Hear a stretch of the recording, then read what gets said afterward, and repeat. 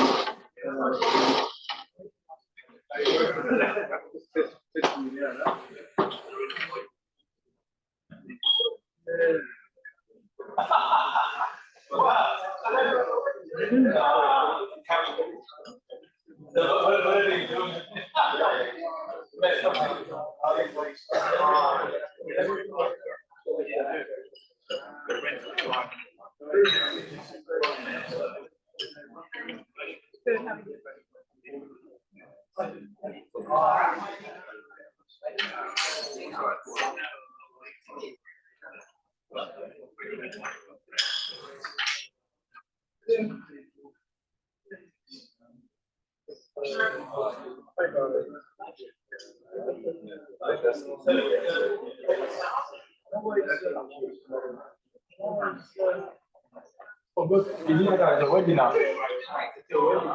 Yeah. One is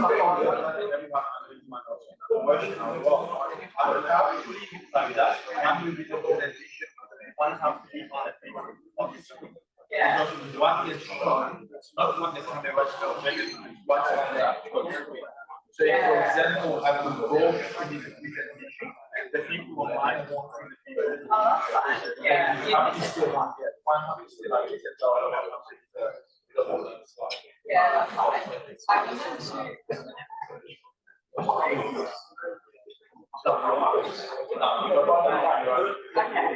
Yeah. Depends how you set it up. But initially now, because I was you should use it to yeah, I haven't. Like from here. How was you? How was it? Set up like this. With one with what's happening in the women. If it's not set up like this, we will not proceed. Just with the if it's set up exactly what I did now,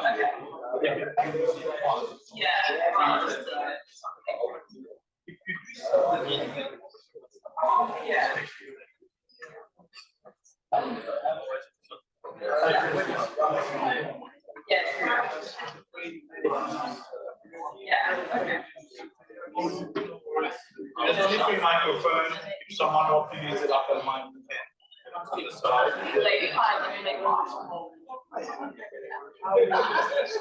oh, good. It's all set. How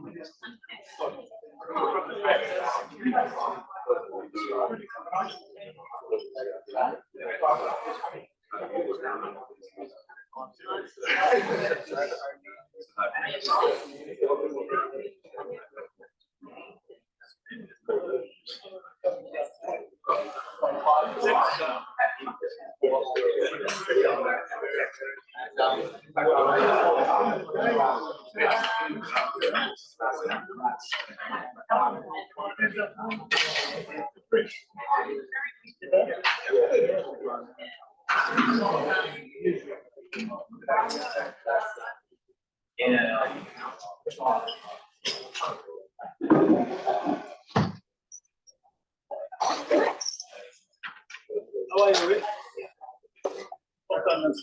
Yes.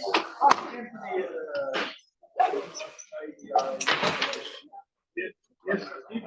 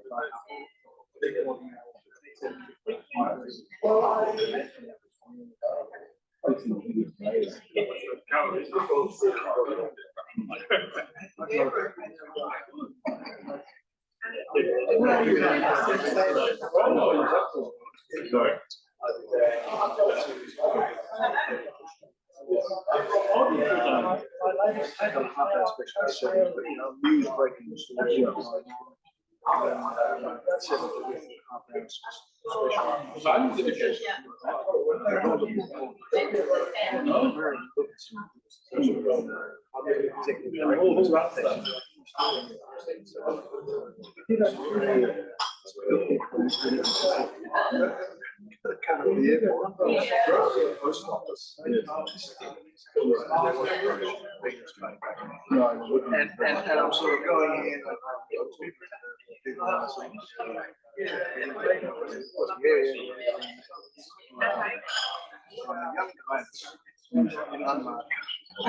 and these two donuts, and I'm as well there, I'm winding up the window and trying to find them. And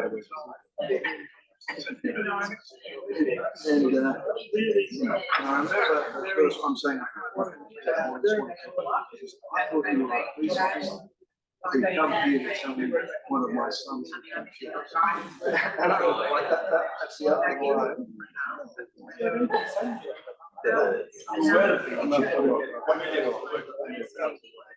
We went into the house with that chat, and I was saying, I need to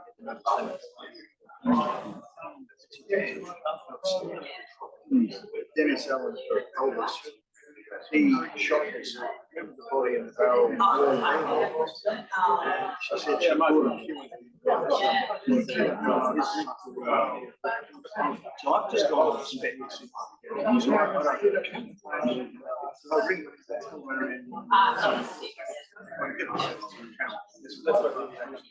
says the same.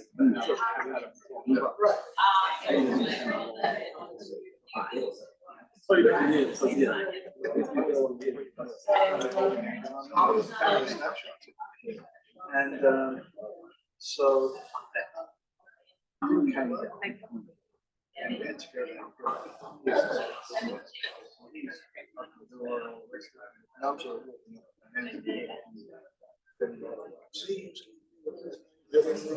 walking up and make sure you guys.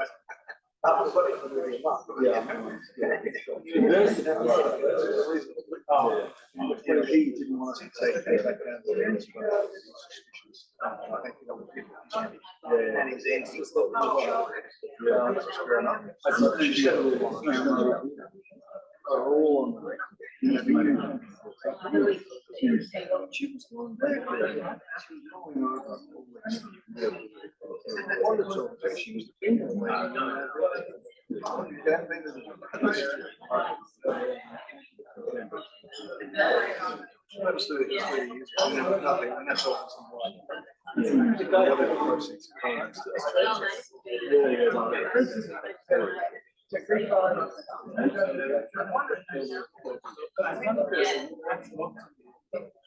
Yes.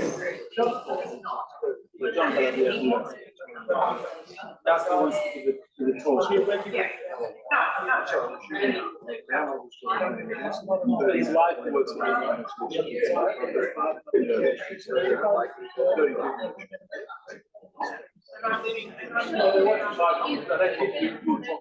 yeah, no, I'm thinking about this there. How is that? Yeah, there you go. Yeah, I did talk. Yeah. What was during that's what I'm saying. My life says during that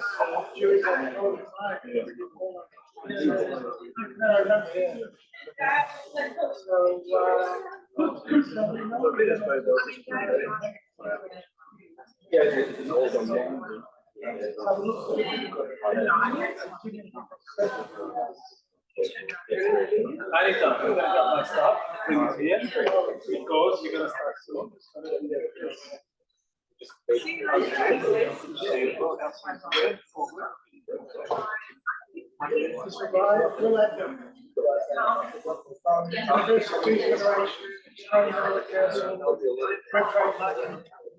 Oh, if you had something here representing the whole three.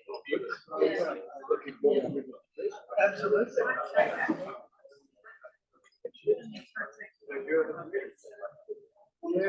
See, how are you? You never change.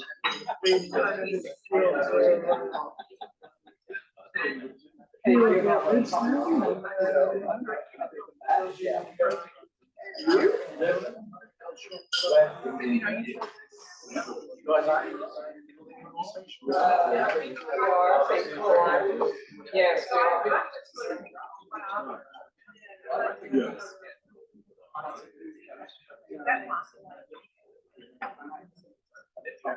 So who's your soccer team? Yeah. Yeah. Where do you play? Oh, where are you playing with soccer? Oh, yeah, it's very exciting.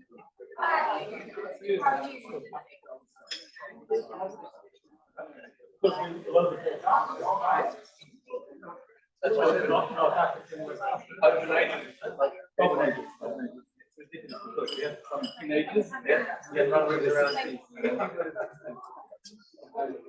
No. But I'm now the longest serving member of this team. So I'm the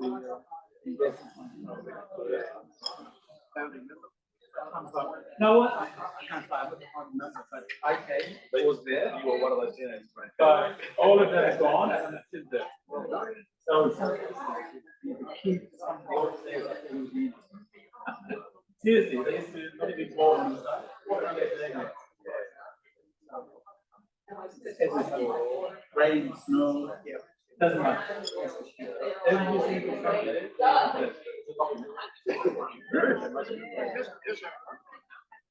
No. Maybe you should buy a microphone. I know a lot.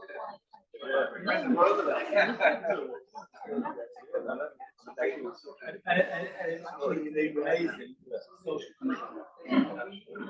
Makes stories and we do all sorts of activities. So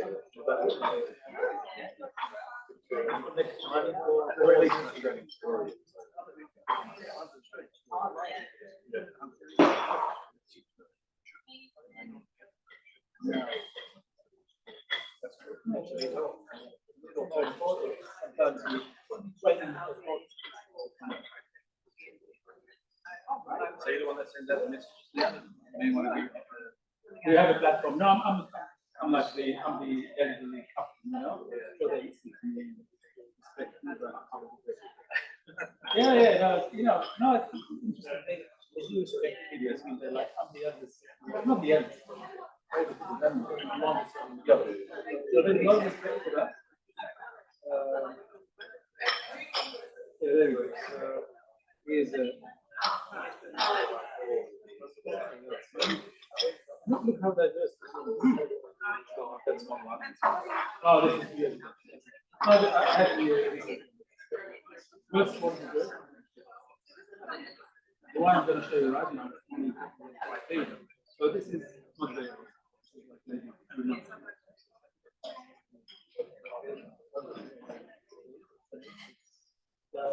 French guy, Indian, African, Bosnian, Iraqi, Ghanaian. So this is like when you catch up and start doing. It's a great social. But this is me when I was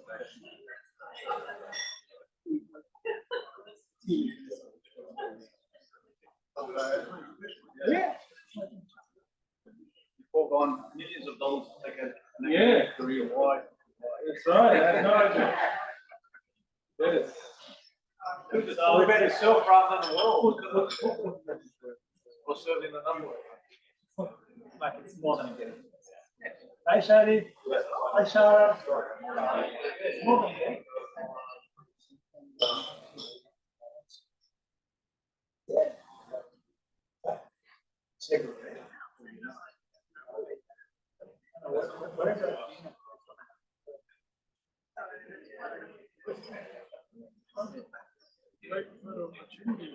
Yeah. Yes.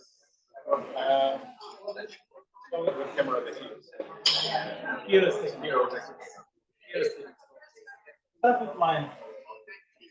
Because what is doing lunch? A recent post. Yeah, what's she doing?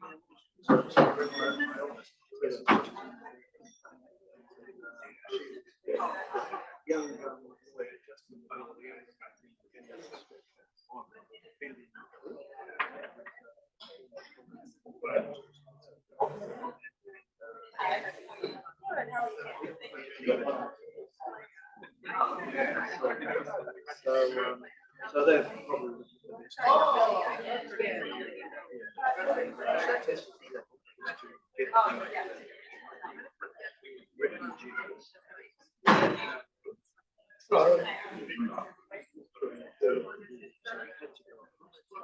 yeah, just the mollusk. Just that. Yeah, no, they had.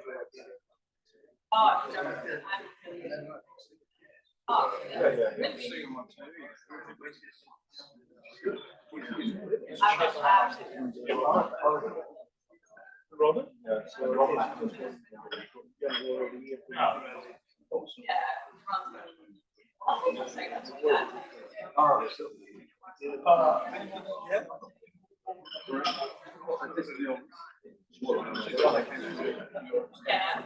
Yes.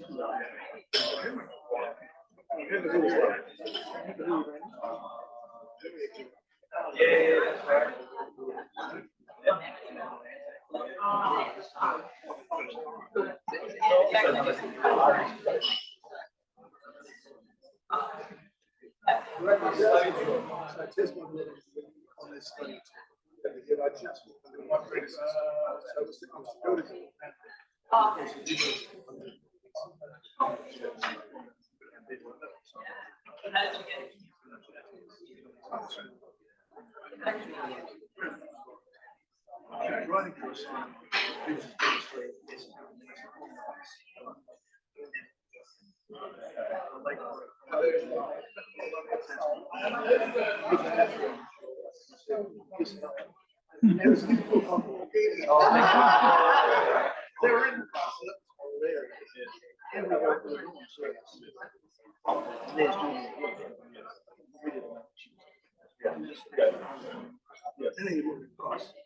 and there's been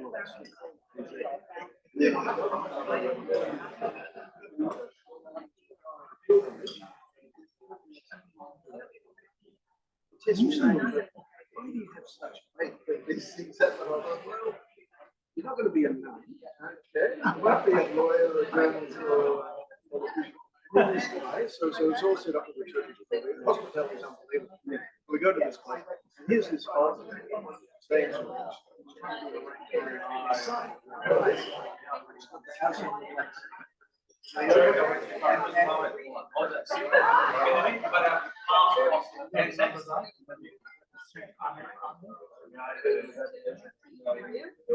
so he makes a photo of it. Yeah. How are you?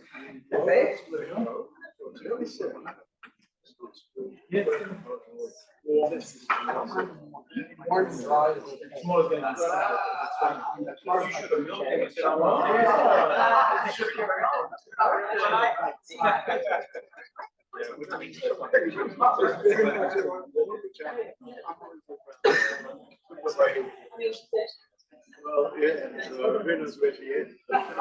That was a great start. Be in the door.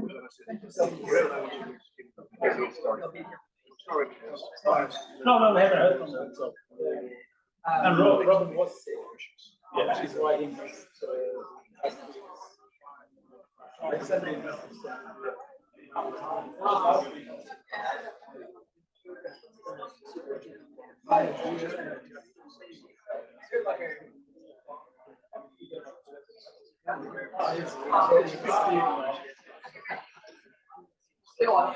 Speaking of, someone tried to stop the train. Oh, really? Are you better too? About 80%, so it was like. What were they protesting? I have no idea. They had cameras and stuff. So I'm sorry, So it sorry. wasn't clear. Like, shebang. But if I was gonna, if I knew I knew I was like, they got past that. Just around. No, not COVID. Some other, like, there's some talk about some other. That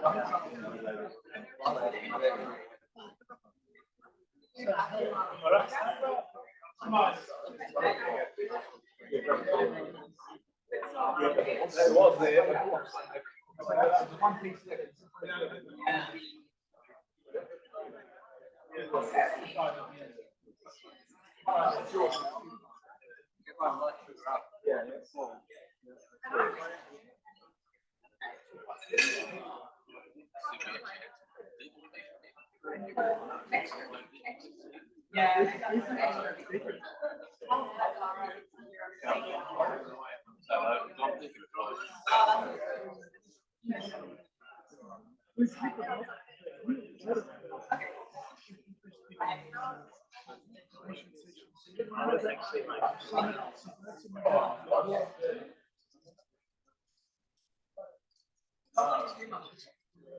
Oh, this is not the time of year.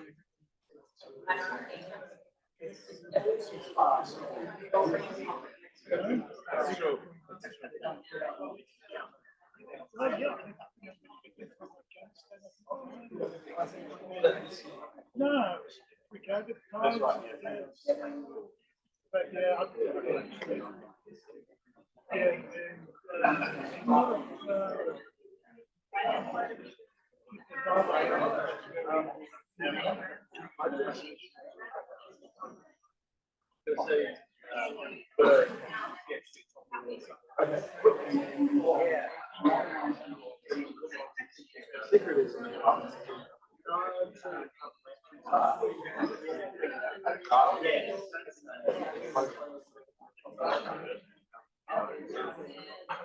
Everything around here.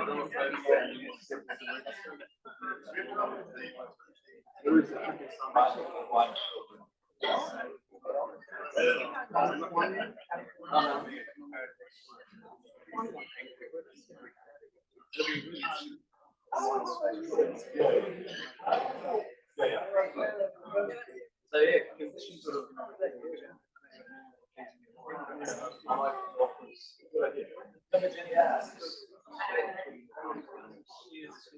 In a way, probably would have been.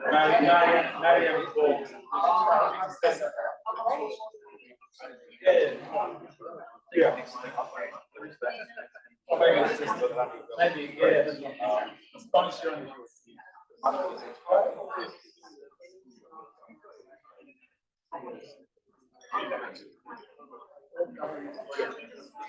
Or it can even be an extension of.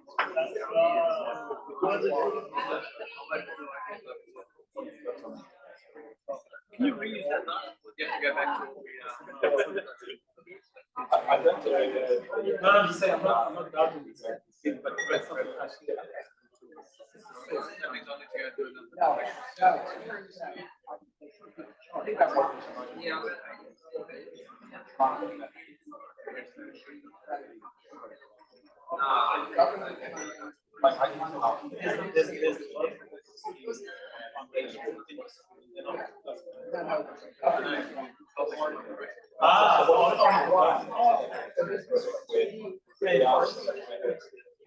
But that one usually.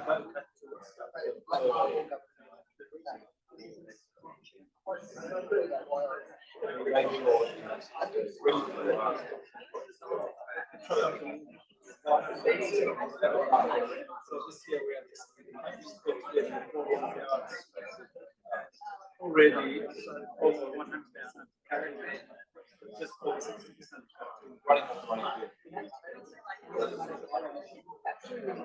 Oh, I would get it. Maybe I would get like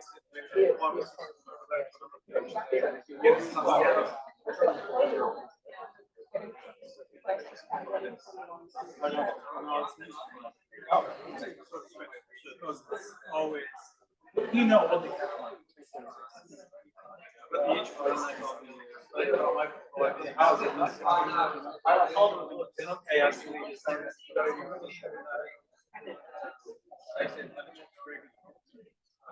I think they did find something.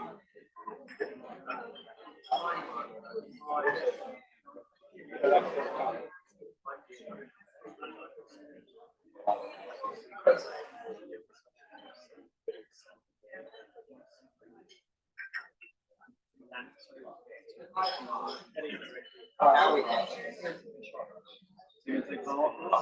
ask for some.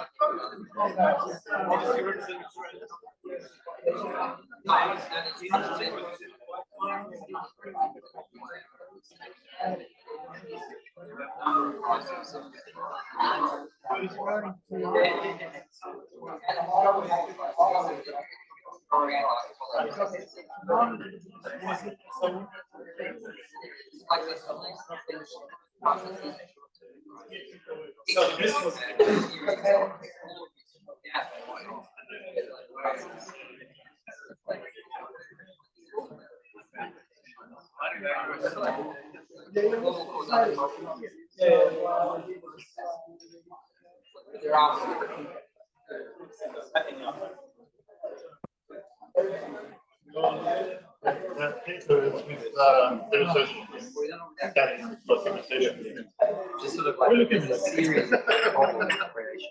It happened today. It happened today. Very happy for you. An achievement. No, that's good. It completely got wrong what it was. I was just saying. I don't know why such a simple thing I can would get. say that you, that a lot of my government money from competitors is going to whether it's ranking. Well, it's good for me.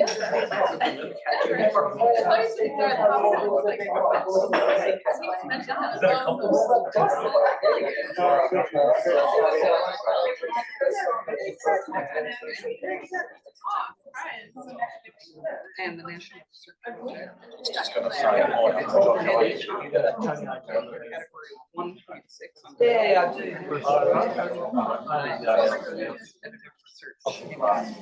Yeah, the name rings a bell. Very relevant for life. No, I love the dimensions. That's like.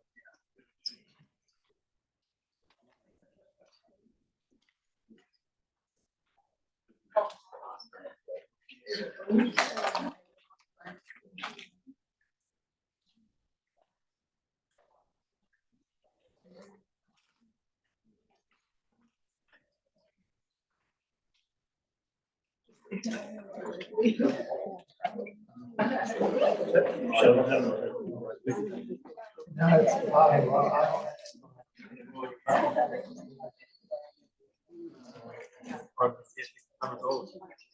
Well,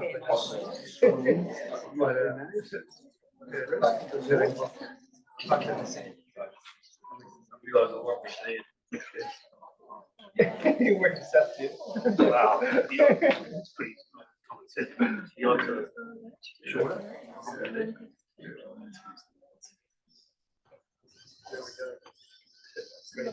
Like that.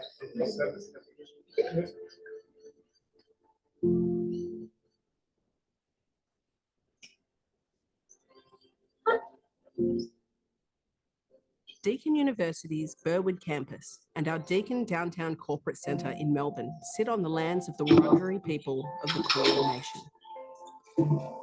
In everything that we do at these locations, we are respectful and mindful of the Wurundjeri elders and ancestors who for tens of thousands of years and over 2,000 generations have cared for this country and taught important cultural knowledge to their communities. Deakin gratefully acknowledges their continuing connection to the lands and waterways where our campuses sit, ensuring all students and staff can respect Aboriginal ways of being, knowing and innovating. This ancient practice of teaching is something we at Deakin aim to honour through embedding Indigenous knowledges and perspectives in our courses. Take the time to listen deeply and marvel at the ancient country beneath your feet, which sustains and holds great spiritual significance for Wurundjeri people. Let us all walk softly and do no harm on Wurundjeri country. Do you want to let me comment?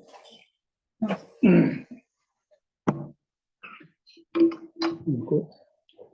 All right. Thank you. Look, welcome everyone to our Alpha Deakin Institute for Citizenship and Globalization Public Policy Forum. It's a public policy forum that we hold on a more or less quarterly basis, and we always endeavor to engage with questions and topics which are current in the Australian landscape. And I think right now the housing crisis and the way it's been discussed and analyzed and communicated about in the media is really making it one of the more prominent, if you like, issues of public policy debate.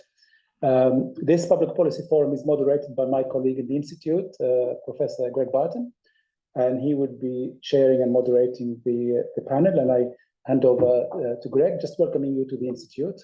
And let's hope that we will have a productive exchange. So over to you, Greg. Thank you. And as, yeah, wrong phone. That could go very badly wrong. We're talking about housing, which is more than things. It's homes. And as we saw in the video, we should start by acknowledging that we're on the land of the Wurundjeri people of the Kulin Nation, and it's their land that was never ceded. We're living here. We talk about property in a minute and pieces of land, but it's their land. So that frames everything. And there's of course a lot more to be said about suffering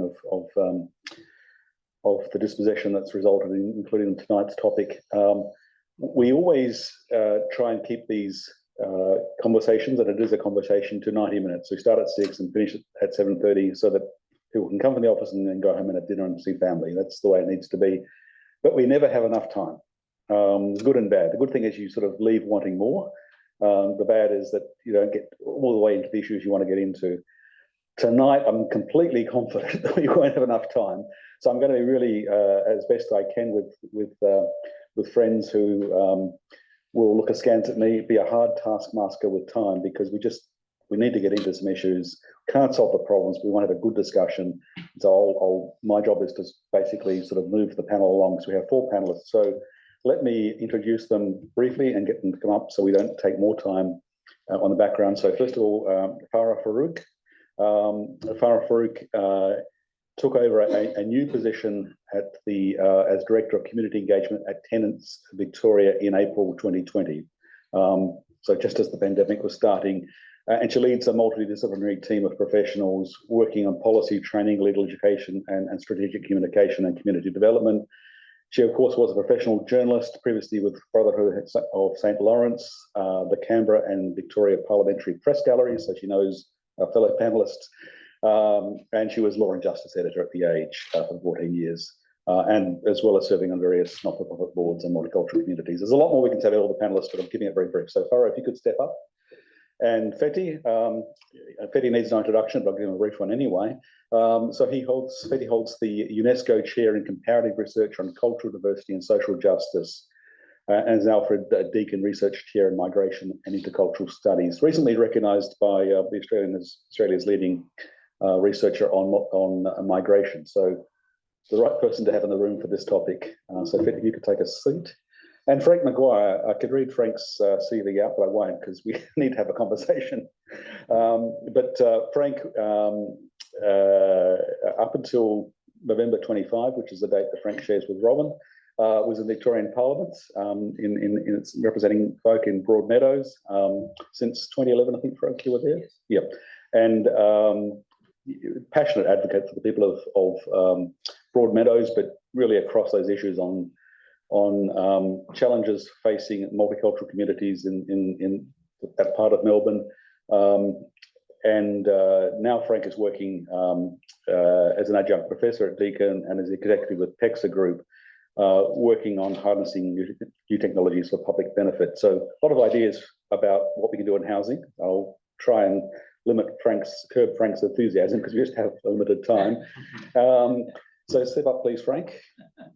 And then Robin Scott, who like Frank, November 25, of course, is important because that was when we had results of the election and you move on in careers. And Robin was in the Australian Labor Party government, as with Frank, from November 2006 through to November 2022. Very glad that he's now industry professor with us at ADI. I'd read out Robin's ministries and shadow ministries, but there's not really time to go into details. But he was Assistant Treasurer, he was Minister for Veterans, he was Minister for Finance, Minister for Multicultural Affairs. Before that, Shadow Minister for Finance, Shadow Minister for Work Cover, Shadow Minister for Consumer Affairs, and Shadow Minister for Karaoke. Actually, the last one's not true, but that was just a hobby. There's a lot more I can say about Robin, but also I'll just ask him to come and join the panel as we get into the discussion. I think you probably know them very well. They each have their own area of expertise with regards to this topic. I'll ask them to make some brief opening statements, and that will vary, of course, to what they're focusing on. We're all concerned about the same problem, but different insights and perspectives. And put some questions to them, but I'll ask you to prepare some questions so we can get into a conversation. So I like to think of this as Q&A on a good night, when everything is going well and we're having really engaging and respectful conversations. So, I don't know, Farah, would you like to lead off with some opening thoughts? Yes, thank you so much for the opportunity to represent renting and women on the panel. I appreciate that. I should mention it's a hybrid event, so there are people online. Okay, yeah. Thousands possibly. Let's say we use the microphone, but also we record it. That's so right. I recommend this to somebody in future. Yeah. Well, look, I'll just repeat my joke, which is not that funny, but thank you for the opportunity to represent renters and women on this panel. I appreciate it. And look, I think often when panels like this are convened, perhaps a decade ago, the lens of renting was not represented on a panel of this nature because, quite frankly, for too long, many of these discussions occurred without any consideration of renters, which in a sense is an exclusion of generational issues, because one of the major cleavages we see around housing is, the haves of housing and the have-nots of housing. And whilst it's not entirely generational, there is a phenomenon called generation rent. And that means that there are many more young people than we've ever had in the past. And members of the university community would know that very well, who are renting. So I think that I feel very welcome representing renting. I have been a long-term renter. I've managed to get into the apartment market. So I've experienced both, but there are, today, and I'm just looking here at Victoria, 1/3 of people rent their homes. And that's been a huge increase from the past. And roughly 1/3 own their homes outright, and another 1/3 are in mortgages. And that actually reflects Australia-wide trends. We have a large and burgeoning group of people who are renting, and they need to be included in the public policy discussion. And actually, right now, there's a window. Renters are being discussed because renters are wielding political power. And so, because they're increasing in numbers, 600 and close to 700,000 households in Victoria rent. And so we're seeing more attention on the renting issues. And we are in a renting crisis. It's, that's a debated topic, but, when many people can't afford, their current rent, when prices are going up, we don't have any measures to curb pricing or price increases of rent. There is, despite improvements in rental laws and rental reforms over the last sort of 5-year period, and the promise of more, it's still pretty tough to be a renter out there. And I'll share some insights directly from renters. We've had 2 rental inquiries in federal and state parliaments. We've had a housing statement come out in September here in Victoria, and the Albanese government came to power with a number of promises around housing across the broad spectrum of affordability, renting as well as home ownership. But we're not seeing, significant shifts. It's not a problem that's going to finish overnight. So those are my preliminary insights. Thank you. Thank you. That's excellent, Farah. I mean, if the housing crisis were just a question of whether you could buy a house, that would be bad enough. But we're talking about whether people can live in a house. And there are families tonight living in tents because they can't afford to put a roof over their families' homes, which is tragic. It's a human crisis. Feti, I'll just move in the order that you're seated. Thank you. Look, I'm a disclaimer. I don't do research on housing. I know that there's a problem with housing. I know that there is a huge housing affordability crisis. There is a problem of supply. As Farah just mentioned, obviously it has implications for the rental market also. So why am I on this panel? The reason why I'm on this panel is because of how the conversation about housing has recently been weaponized in such a manner that you would think that the main trigger, the main factor behind this particular crisis is immigration. And so there is more or less now a causal link between the two. And what I would like to do, I'm not here to try to defend migration, but what I'm trying to do is to explain that that is not backed up by actual data. It's not backed up by actual research, that the housing crisis is a crisis of systemic failure of government in terms of providing enough supply in the market. And of course, we've seen over the last few days, the last few weeks even, that there has been a huge immigration panic, if you like, in terms of how it's been talked about in the media. There's no genuine attempt to really think about what kind of reform we need to really address something that is extremely endemic and structural in the Australian housing market. What is really quite problematic, I think, is the Guardian newspaper has run an opinion poll back in May 2023. And if you look at the results of that opinion poll and asking people, among all sorts of other questions, their support for a cap on migration. Now, that poll has showed that almost 60% of people now in Australia are advocating for capping migration intake. Just think about that. Here's a migration majority society that is built upon, if you like, successive waves of migration, that is on unceded land of Indigenous Australians, which is basically the whole story behind the making of modern Australia, where now we are becoming anti-immigration, and we're linking the housing crisis to migration. But leaving the moral argument aside, and I can go on about the moral argument in terms of this particular argument, there is no, as I said in my opening, there is no empirical evidence that curbing migration can actually ease the housing affordability crisis. Of course, it is one of many factors. There's no denying it. And it would be naive to suggest otherwise. There are a lot of factors. As I said, supply is the biggest. But here's a bit of statistics that really will show you what I mean exactly. Remember the 2 years of lockdown we had in Melbourne? More or less 2 years, and a lockdown across Australia. During that period, as a result of not allowing people to come in, and as a result of many people having left Australia, no international students being allowed to come in, etc., we actually had a net population loss of around 85,000 people. So our population shrank during that period by 85,000 people.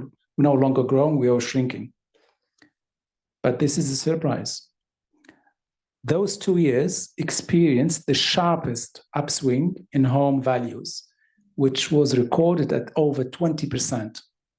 Over 20% home values have increased during a period when there was no people coming in, during a period when actually we had shrinking population. So that doesn't of course, I'm not suggesting a causal relationship between those two. All I'm suggesting is there is no empirical, statistical evidence that slowing down immigration would ease the housing affordability problem. So there are other factors at play other than immigration, obviously, and everyone's going to talk about supply. One of those factors, I think, is also internal migration. This is, I'm talking now, not just the last 2 years, I'm talking over the last 10, 15 years, there has been a pattern of some cities, some regions being net receivers of population mobility, whilst others have been net losers, if you like, of population mobility. Now, Queensland is a very good case in point. Queensland has been a net receiver of people from within Australia. Yet and of course, housing prices in places like the Gold Coast, and I've been there, is extremely becoming very unaffordable. Sydney and Melbourne, of course, if you particular, Sydney has not been a net receiver in many ways, if you compare it to Queensland and Melbourne, yet it is the most unaffordable city in Australia. It is. So the median or the mean price of houses in Sydney is the highest. And just to finish off on a couple of things from the recently released intergenerational reports, just released. One thing to keep in mind is for the last 40 years, last 4 decades, our net population growth was our average 1.4. So 1.4 in terms of growth. For the next 40 years, that growth will be 1.1. And you might say, oh, it's only 0.3. 0.3 in projected population growth is immense. It's massive. It will have implication for sustaining standards or living standards. It will have implication for economic productivity. It will have implication for creative Australia, for all sorts of things. And the only way we can even come close to maintaining a reasonable population base to sustain our living standards is through immigration, which contributes about 40% towards that. So I think I will probably stop there. Just wanted to share with you a couple of facts about the current debate, in particular as it comes from Canberra, and how we are going almost blindly towards a panic on migration, and that the only way we can really do something in relation to housing affordability is by clamping down on migration. So I'm probably stop there and then I'll come back to it later. Yeah, no, there's so much to unpack there. And we work in the university sector where we welcome international students, but they need to be able to have a safe and affordable place to stay. So that's another issue. Of course, there's been a surge, end of pandemic, people coming back. That's understandable, but that's a temporary surge. And we want more houses built, but the people who built them, many of them will be migrants in the future. Now, we'll get into that. I think that's something that Frank's experienced with serving in Broadmeadows. Australia has a once-in-a-generation opportunity to redefine the way we live. Governments throughout our country have already invested more than $20 billion on social and affordable homes. This opportunity must be seized, not squandered, especially after the global pandemic, like climate change, has exposed how we are all connected and vulnerable. Technology is driving change faster than politics, the law, or nature. I was asked to bring a big picture idea, so here it is. I'm pursuing how we can combine new and emerging technologies with community leadership to address and better manage the political, economic, social, and technological and environmental forces compounding our problems locally and globally, as both our speakers have already outlined, and I'm sure Robin will address as well. So put simply, we need to harness new technologies, including artificial intelligence, in the public interest, combine it with enlightened leadership, and try to avoid Einstein's definition of insanity. Need is vital and urgent. Simultaneously, we confront the catastrophes of our times, from climate change and the scientists who are warning of more and frequently severe consequences, with 2023 already declared the world's hottest year on record, to a once-in-a-century global pandemic that stalked inequality and exposed systemic fault lines like an X-ray. Loss of lives and livelihoods led to the worst recession since the Great Depression. So Australia now has this defining opportunity to deliver better planning for homes and communities and businesses, to help renew prosperity, social cohesion, and improve the social determinants of life. And by that I mean giving people a better opportunity for lifelong learning, for skills, jobs, and meaning, better health, and to connect the disconnected, and to do that really through technology as a tool. So this is how we can actually make this systemic change that's been referred to and is necessary. Demographics largely determine destiny for individuals and political parties. These forces have merged. Generation Next frets that it is chasing the tail end of the baby boomers' great Australian dream. So these are the forces that have come together, politically, economically, socially, technologically, and environmentally. So we now have the politics of change, because once the survival instinct kicks in, this is when change occurs. So you've seen the Greens political party position themselves as the champions for renters. So this had a cascading effect politically, and this is how we've now got to the sum that I'm tallying up as more than $20 billion to be addressed. So we have this once-in-a-generation opportunity. And I'm a boy off the boat who grew up in Broadmeadows when it was the end of the line. So this has been my lived experience, studied pursuit, and professional endeavour. I used to be called relentless over pursuing this, and I wore that as a badge of honour, because if we don't change it, we will be repeating things that we shouldn't. And so 7 years ago, I wrote Creating Opportunity Postcodes of Hope to outline these ideas, to call for super funds to invest, which I'm glad to see is going to happen. They said it couldn't be done, but that will happen. But I've got it here today because I want to read you a quote. So this is from a Royal Commission into the Victorian Housing Commission in 1956.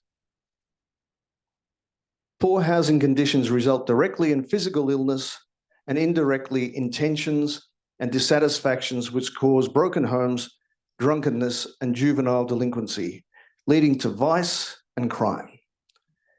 In this connection, poor housing conditions do not necessarily mean small frontages, leaking roofs, and the lack of facilities. It may involve a solid structure put up in the wrong place without thought of the requirements of life other than mere shelter.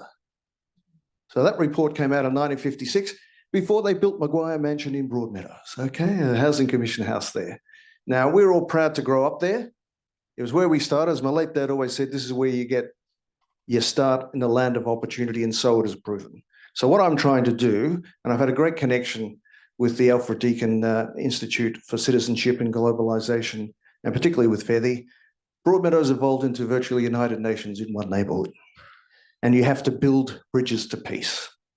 I had twice as many Muslim families as any other state district. Everybody was poor, but they had that driven migrant and refugee gene that has been the making of Australia.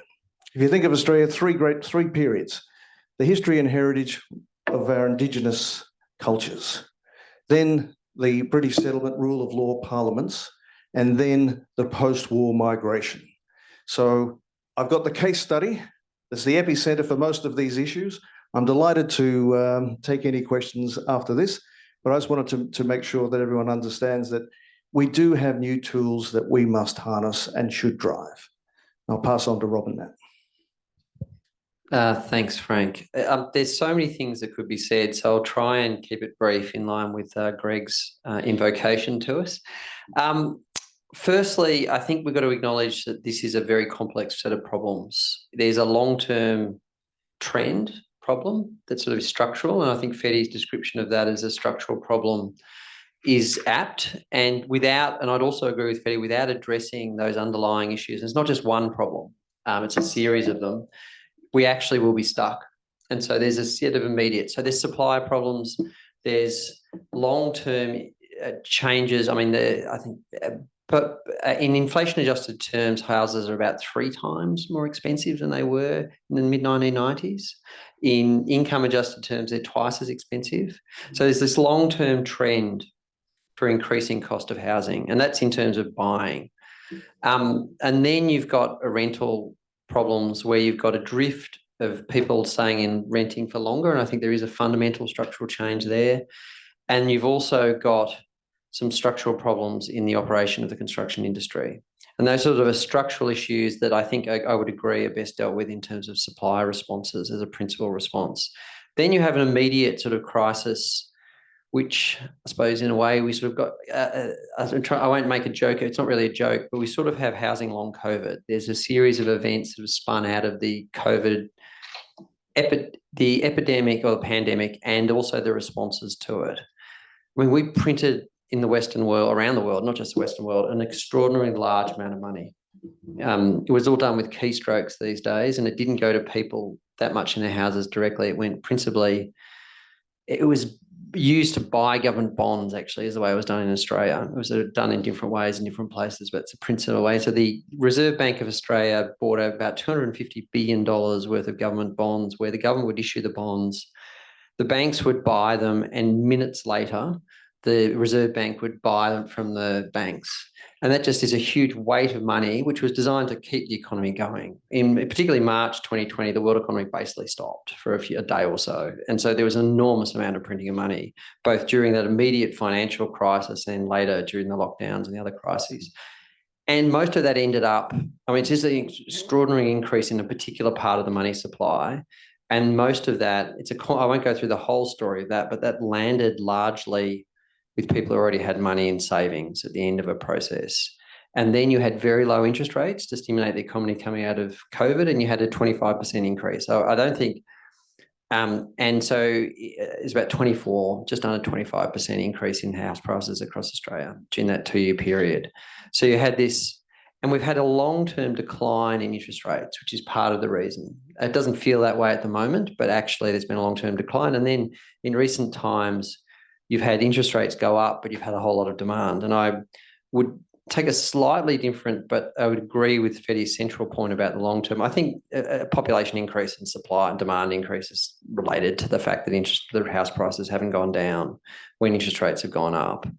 But I would agree that to see population as the fundamental driver of the trend and the underlying problems is a mistake. We're just not building enough houses and units. And we have a whole series of choices, and there's a series of issues. There is a land use issues. There is supply of labour issues. There's just not enough people with the relevant skills, particularly to deal with the issue. So again, there are structural issues now. Part of that story is actually immigration in terms of getting skilled migrants in the construction industry. That's part of the story. Now, the problem with that, though, I'll say, I think it's absolutely part of the solution, is there's a lag because, of course, people come here and you have to have another house for them. But in terms of dealing with it over the longer term, there's a skills story that needs to be dealt with. There's also a crisis in the civil construction, not just the civil construction, in the residential construction sector, because you've had labour costs go up post-COVID, and there was a great resignation is another part of the labour shortage story. And then you had fixed price contracting model for housing in Australia, and materials also went up, particularly in the immediate post-Ukraine war, start of the Ukraine war. And then what happened was you got increasing prices. You can't pass the prices on to your customers under the legal arrangements you've got, because that's how we do contracting on houses. It's a fixed price contract model. And that led to a doubling of bankruptcies in the construction sector. And so at the moment, housing starts are, in fact, I think it's about 15% lower in terms of what the future pipeline is. So this is not about to get better quickly. So this is something, and then you get to the rental market crisis, which is structural, but there's also an immediate rental market crisis where you've got lower vacancy rates, around 1%. It's sort of stabilised in around 1%. But I think there's an underlying behavioural change where more people are staying at home. When I say at home, with their parents. And so you're not having household formation. Now, that has a whole series of other problems about demographics into the future, because people delay getting married and having kids. So that's another set of problems that's coming out of that.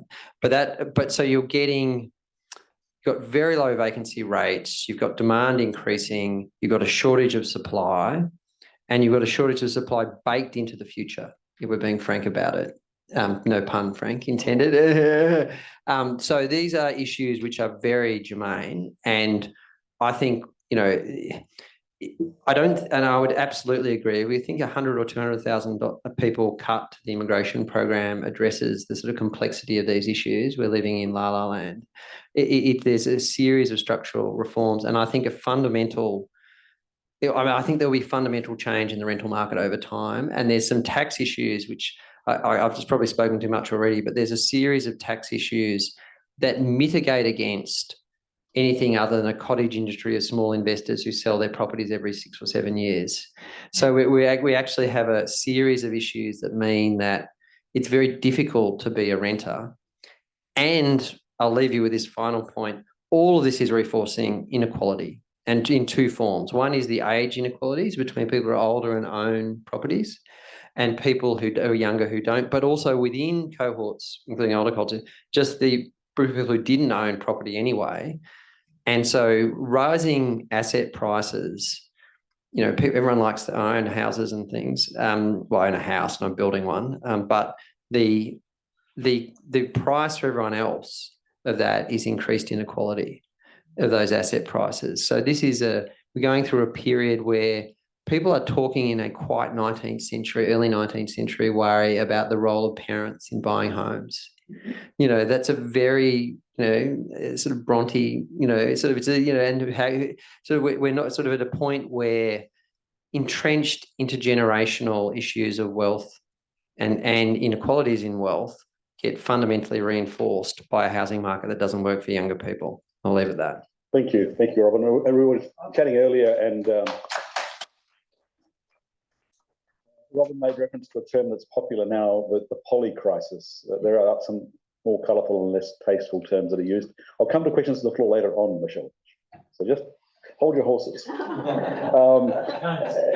know that a wicked problem is a problem where every solution we can think of has some perverse consequences, right? Where there's just nothing simple that can be done that's going to make everything better.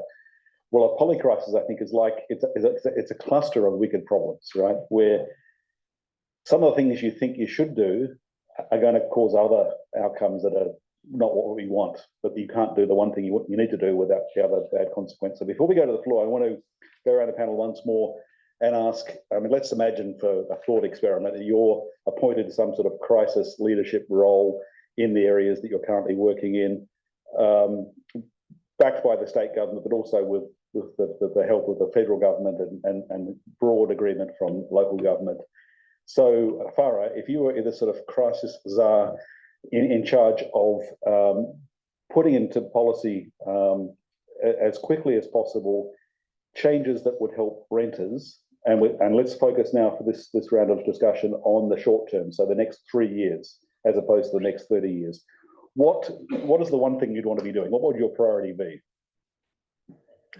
Oh, sorry, well, getting a microphone is the first priority. Thank you for that question. Look, may I? Oh. Thank you for that question. May I just sneak in too? Sure, absolutely. Yeah, because I know Frank mentioned social housing. So just quickly, what is social housing? Social housing is housing that's either owned by the government or not-for-profit providers. And the total housing stock in Australia is less than 5% of homes. May I just point to another society, Vienna? I believe the cakes are just as good. But in Vienna, 60% of the housing stock is some form of social housing. I believe the government, I mean, it's a very different society. It's European, it doesn't have federal structures, etc. Not last time I looked. But I think, and 25% of that stock is owned by the government. So there are so many different models, but Australia really in the, in comparable wealthy countries in the OECD has a very low amount of social housing stock, and it has been encouraging to see recent investments. But as Robin has pointed out, these are systemic issues and there've been long disinvestments. So even with recent, investments in Victoria, where we've had a big housing build, we're still very, well behind New South Wales, for example. So, and we're seeing governments making a policy choice to withdraw from public housing and put their eggs into the not-for-profit housing basket. And I, as a representative of Tenants Victoria, I offer no view on that. But we do need to grow our social housing stock, and so it's currently underwhelming. Sorry, Frank. So we do need to address that, and a position has been put at least sort of in the next 10 years, 60,000 social housing homes per year. The next 10 from 2022 onwards. And there have been pledges in the recent housing statement that came out in September, but more details have to be worked out. So that's really important, because who does that house? People on, who are facing multiple disadvantage, people who are facing choices. You mentioned tents and such, who might otherwise be facing those sort of situations. So we do need to increase that. Another immediate measure we need to, I would argue we need to consider, but which has been, which was dismissed in the housing statement, but with an explanation. Tenants Victoria has always prosecuted the idea of some mechanism, and again, borrowing from overseas jurisdictions, of not rent control, not a rent freeze, but some mechanism to regulate price increases. In ACT, there's currently a modest mechanism sort of tied to the CPI, and Tenants Victoria hasn't prescribed what that mechanism might be, but that could be, we're not suggesting that's a long-term structural solution, but I think it would have been good to have introduced that, because it's, people are facing huge rent increases. May I read from our recent submission to the Victorian Rental Inquiry? I'm a single mum living in a townhouse with my 2 young children. I've just been informed that the rent will be increased $80 a week from $420 to $500. The property manager has written that this is due to the nature of the rental market and as a primary aspect of service for our investors. So I'll leave you with that one rather than the service to the renters. I think we need to also and I'm sneaking in a third idea, we need to reframe how we think about housing as an essential service and a human right, and yet, you know, it's still considered as an investment. I mean, obviously, we have a system predicated on private landlords. That's not going to shift.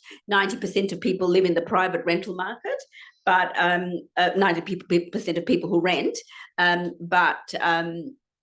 or households. But that's, you know, the idea that housing is an asset, and, you know, and not sufficient consideration of it as an essential service somewhere. And really, the pandemic should have taught us that. We were all encouraged to stay at home, to be safe at home, and yet here we are. Thank you. Thank you, Farah.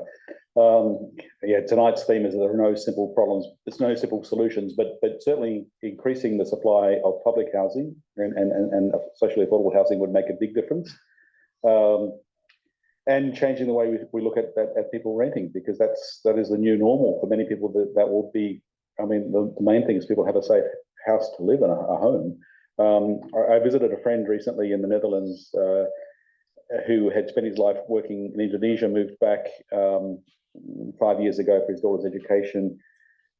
Were it not for Dutch public housing, he would be in all sorts of trouble. I mean, he's facing enough issues as it is, but Netherlands has 34% of its housing, of families live in public housing, and that is, for my friend, is the saving grace that makes life bearable. Having said that, this is a question for Fetty. There was recently an election in the Netherlands, and Geert Wilders' party got about, I think, twice as many votes as they expected. He may well be the prime minister. We don't know about Geert Wilders, Fetty will tell us. But of course, his campaign was based on fear of the other, fear of migrants, and it worked for him. And that's not our situation in Australia yet, but it's something we need to think about, because that's another one of the challenges we face, that you know, fear is weaponized politically. And given people are facing a real crisis with affordable housing, there's a vulnerability that can be exploited. What would you do if you were the let's say the migration czar who could make it one or two policy changes to help us over the short term? What would you be focusing on? Yeah, I don't think it's an easy way of linking those two things together. The rise of right-wing parties now it's actually not just in one of many European countries. We've seen this recently, and it's likely to continue to be a trend. There is a rising popularity of a lot of the right-wing parties in France, in Scandinavia, in Greece, in Italy, of course, the Northern League. It's happening everywhere.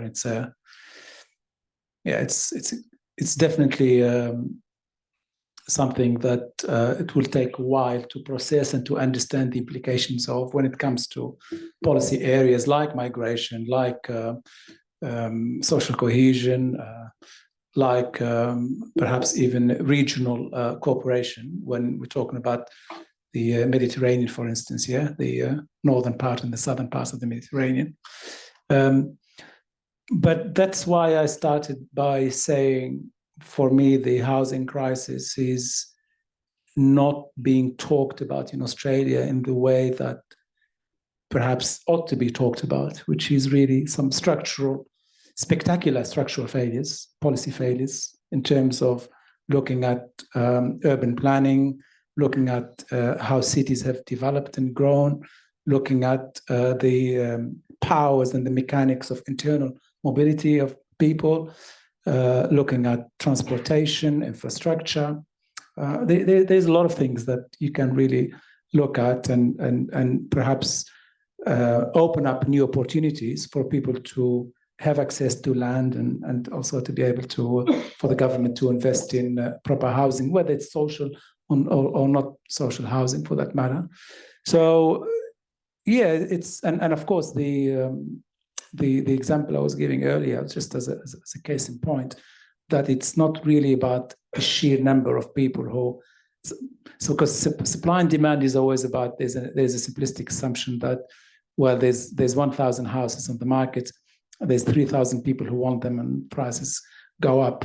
And so what you can do is just reduce the number of those people to match. So 1,000 people competing for 1,000 houses.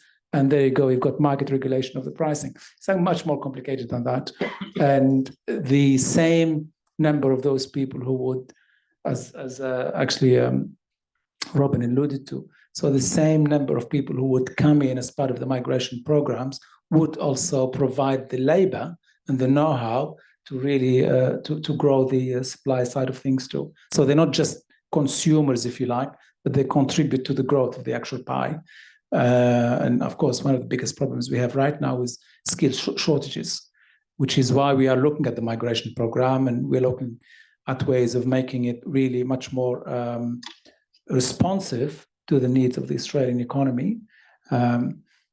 And the point I make always is, and this is where actually the same poll I referred to earlier, the Guardian poll in May, some of the questions they asked in that opinion poll are quite interesting. So one was on migration and housing, but one was on racism. And in the same opinion poll, 49 people have responded that they think racism is a big problem, and almost 40% responded saying that one member of their family have experienced racism in Australia. So you can see that the discourse on linking and a problem like housing, or it could be a problem to do with employment, unemployment, linking it to migration feeds into what you were referring to, Greg, earlier, that the rise of extremist ideologies, and those ideologies would, of course, be advocating for very populist, if you like, policy responses, including, for instance, no more migration. We don't want any more migrants because we have a problem with housing. We don't want any more migrants because they compete for the same jobs that we have here. And not understanding that there's far more important contributions that skilled migration in particular contribute than what we can account for. One piece of analysis I read, which I really like, that we've never treated migration in Australia like when we say we will allow 150,000, 200,000, 300,000, whatever, we've never really treated it as a charity. We're not doing it because we want to be good. We are doing it because it's a fundamental part of sustaining our living standards and the economic productivity of the Australian economy. And if we stop the migration programs, like if Canada would stop migration programs, or if a lot of other countries would, then there would be significant adverse impacts on our own standards of living, but also on our capacity as a society to deliver core services. And just think about health care services, or aged care services, or horticultural labor that now is really providing a lot of the food that we consume. A lot of that would basically be impacted severely if we. So my answer is that we really need to look at it and frame it quite differently from a simple causality between number of people and number of houses.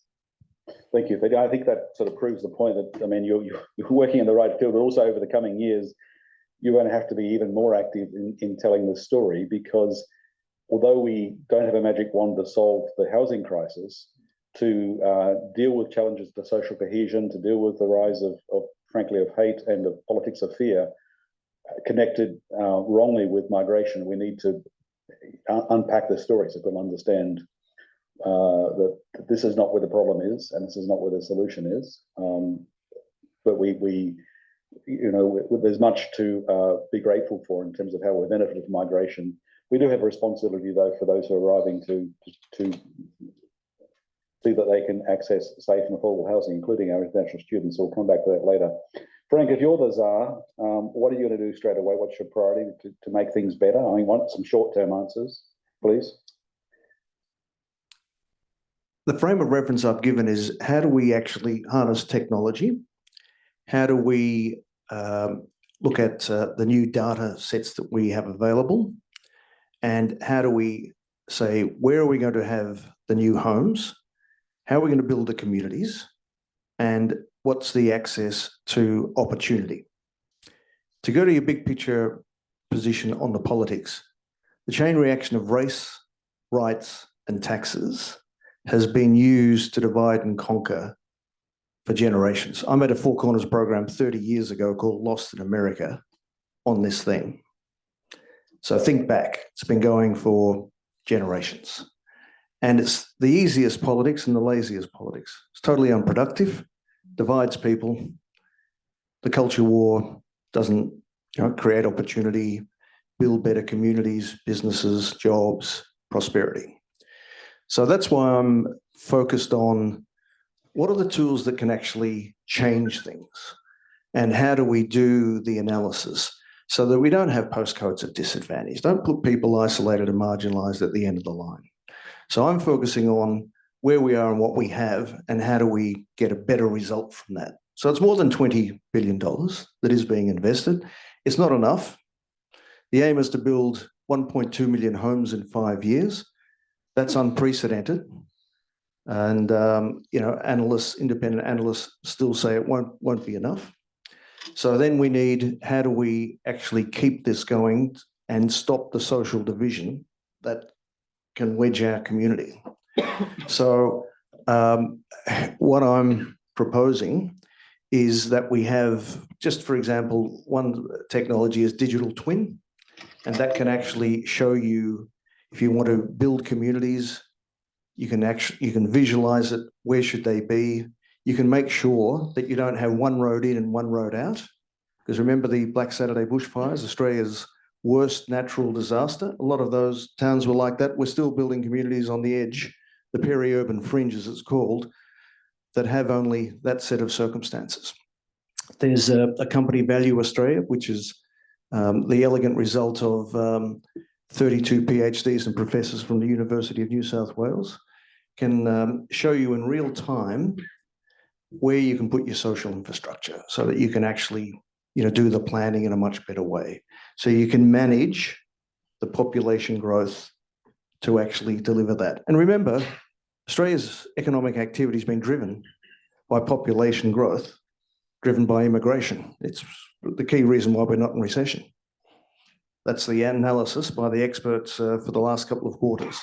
So we are in this paradoxical time, and how do we manage this? And of course, governments like to get a second term at least, to have longevity, to actually make sure that they can deliver. So these are the contested areas that we're addressing now.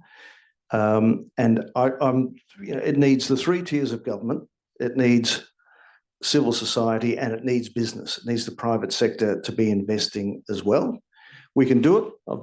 I'm proud to say I've been involved in delivering models like this, the Global Learning Village, the Multiversity, the Ideas Lab. The Ideas Lab brought Silicon Valley to Broadmeadows, and a proposition second only to London. And the Multiversity, because no one was going to build a sandstone university in these communities, but you need to connect into tertiary education to bridge the digital divide and the knowledge gap. And we were able to do that through technology, through La Trobe University, Victoria University, and I'm glad to say Deakin University, being a founder. It's a key reason why I'm here. And also Kangan Institute for those who are smart with their hands. So on the other side, yes, we face these catastrophic set of circumstances. We have to address the calamities of our times, but we do have ways of cutting through all of this, to be smarter about how do we take care of the people who come here. And remember, these are people with the imagination, the dream of a better future, and the courage to cross the world to pursue it. Now, they've been critically important in the building of our community. And I think it's actually why I'm now with the PEXA Group. This is an enlightened company, brainchild of the Council of Australian Governments, that is actually made acquisitions to do this and be part of this. So I think there's enormous goodwill. We're a smart country, and I think we have to back ourselves in and work through how we actually address these, so we don't build homes that are going to have the consequences of climate change, fire, flood, and drought. There's a Value Australia that does that, and Land Insights, a company that does that. Archistar is another company that can actually help better designs. One of the things that's being suggested in New South Wales is to just have pattern designs to get the houses done. I'm arguing for suburban beauty. two words you rarely hear together, instead of suburban dreariness. So I think we'll be running an ideas on how we can actually shift that and how to actually not just have them all the same. Yeah. Right, but as row upon row of pastel-coloured concrete homes. I remember it well. And so what I'm saying is we can be creative, we can be constructive. Supply is the most critical issue. We're not going to overcome this easily. There's a 10-year plan, and that still won't be enough. That's where we are, because for decades, people have looked away from this issue. Politically, it was seen to be too dangerous to address, and those who tried suffered a backlash. So that's, unfortunately, I'm trying to give you the sort of the political, the economic and the social ramifications of it. But I think we do have ways through, and it's up to us to have the will, wit and nous to deliver on this opportunity. Okay, practical steps. And I'll try and, again, be briefer than perhaps I was in the earlier. A couple of things. I think you have to separate, it's a productive process. So it's labour, capital and land, you know, classic sort of, what are the factors of production? In terms of labour, I think that's actually the most critical crisis. Because you can have land supply available, you can have capital, but if you don't have the people to build it, which I think is the central problem at the moment, then you end up pushing on stream. In fact, you end up increasing prices by putting more capital in. So you have to find ways urgently to increase the labour supply. You then and then I think part of that's a migration story around what's skill migration and who we're targeting in the skill migration program.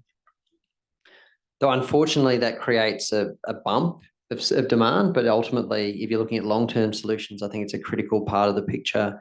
I think you have to train people more quickly and look at the training system and what are the blockages. And I'll be slightly provocative. No one in this room can easily become a plumber or an electrician in Australia. In other jurisdictions, you can. That's the truth. You haven't seen me on the weekend, though. Yeah, so legal. Yes, but you can't issue a certificate, I doubt. No, don't look too closely. I mean, I'm not being facetious either. Like, we have quite an inflexible labour market compared to other jurisdictions, and so it is quite difficult for the labour shortages in the construction industry to be met quickly. And we have an apprenticeship system. And I'll park who ends up getting an apprentice and some of the issues of having to know someone and what that does to some disadvantaged communities and those access to those high-paying jobs. But park that in the inequalities of that sort of system. But it's a medieval system. If we're being frank about it, it's literally a medieval guild system. So people romanticize that system, but actually, if we want to have skills available quickly, you have to do something about how we train people in Australia and how the skills are available. And you want to make sure that people have the skills 100%. You don't want dodgy systems where you're degrading the value of that work. But if you've got labour shortages, you really have to look at how you train people. That's be the first thing I'd say. And I think that's the most important. Train and import. And recognise the skills. You know how hard it is to get your skills recognised if you're an electrician or other. And I say that my father-in-law is actually an electrician, and there's zero chance of him working in Australia. It would not happen. And in China, like, it's just not possible. So, it's skills training, skills recognition, skills migration, and pretty dramatic reform. If it was up to me and I was a czar. I'm not planning to go to St. Petersburg and issue edicts, but yes, you've put that framework on it.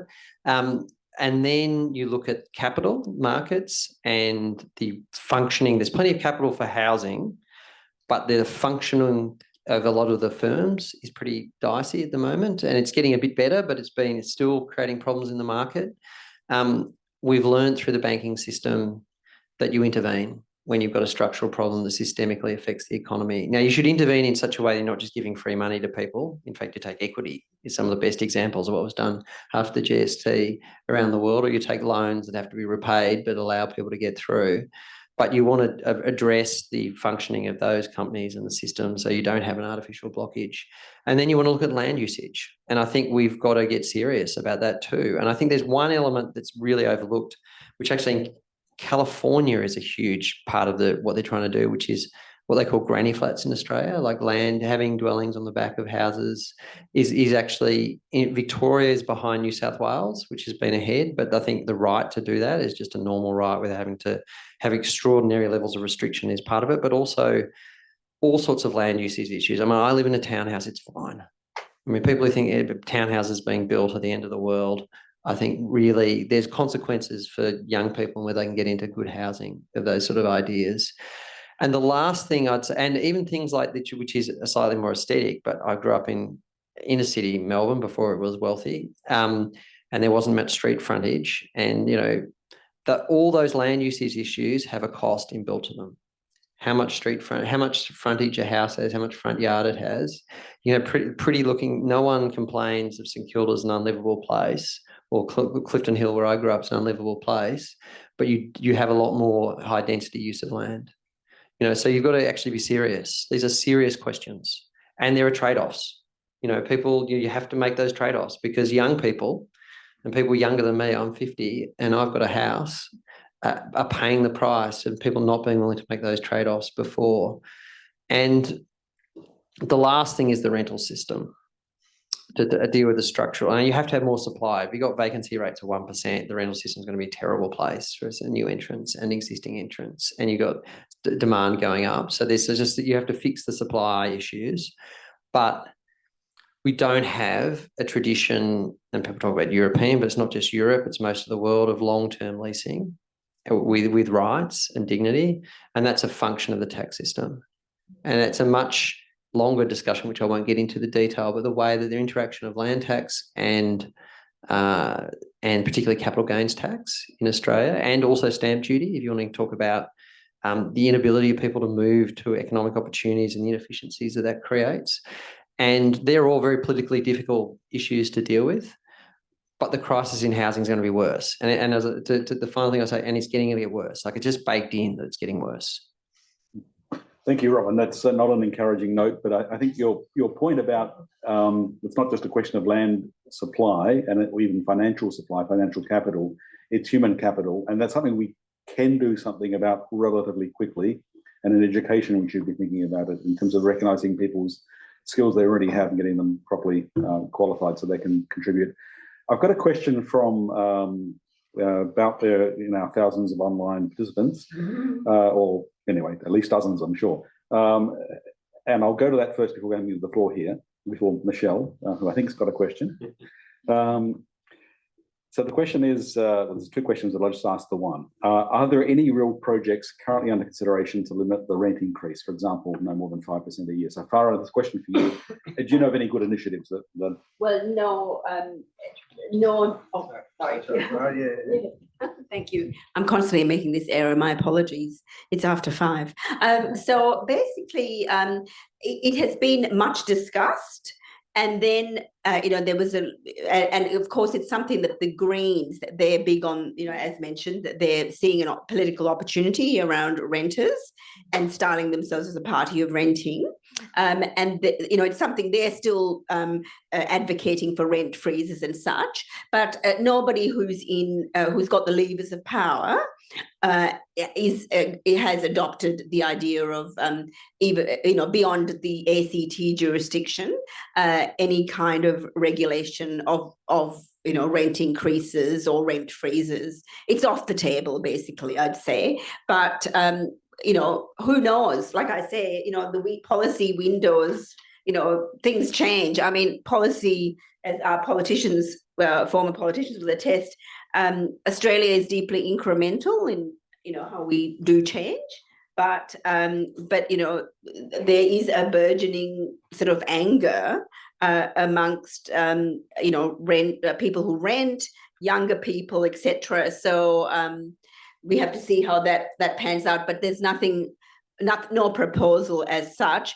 However, in the recent Victorian government housing statement, which was interestingly Daniel Andrews' last big public policy kind of outing, literally a few days before he announced his resignation, there is a measure around it's framed around regulating.